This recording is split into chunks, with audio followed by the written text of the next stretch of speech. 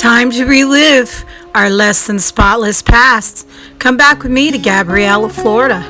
Let's check it out together.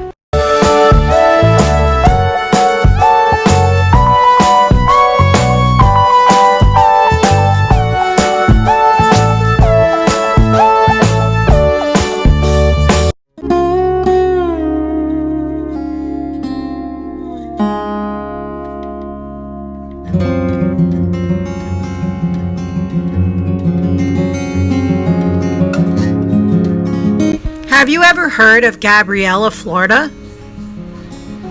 Gabriella, Florida was a thriving area from 1818 into the 1930s. It was in the area of Locallovenow, south of Oviedo.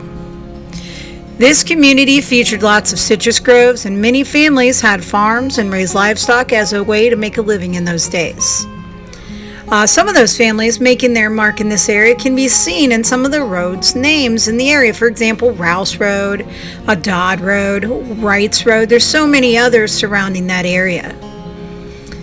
So in addition to the cattle and citrus, Gabriella was known for their pine trees, like much of northern and central Florida, made it ideal to be part of the very well-to-do turpentine industry that boomed after the Civil War, up till the late 1920s and the early 1930s.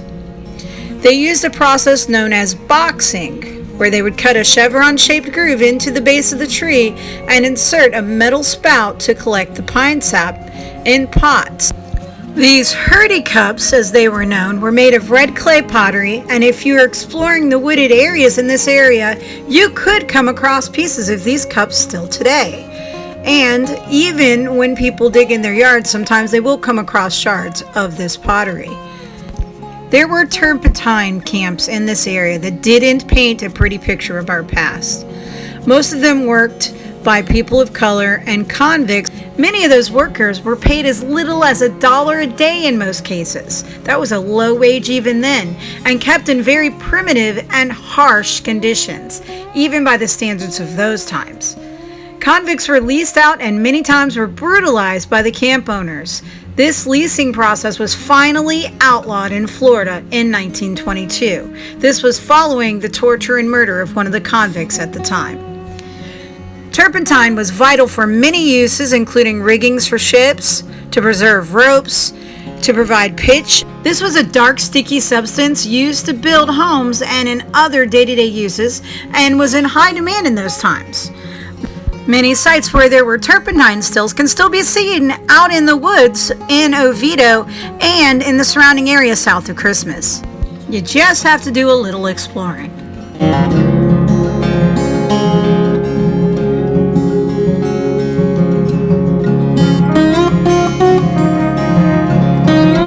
Many of the original residents would use trains to get around.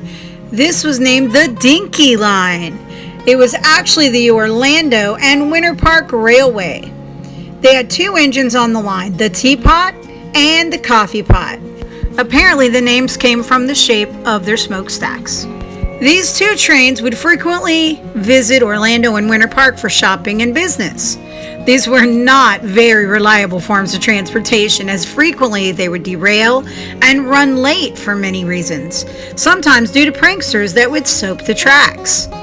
But the train would occasionally stop in Gabriella and allow their passengers to step off to pick citrus and wildflowers before continuing along their designated destination.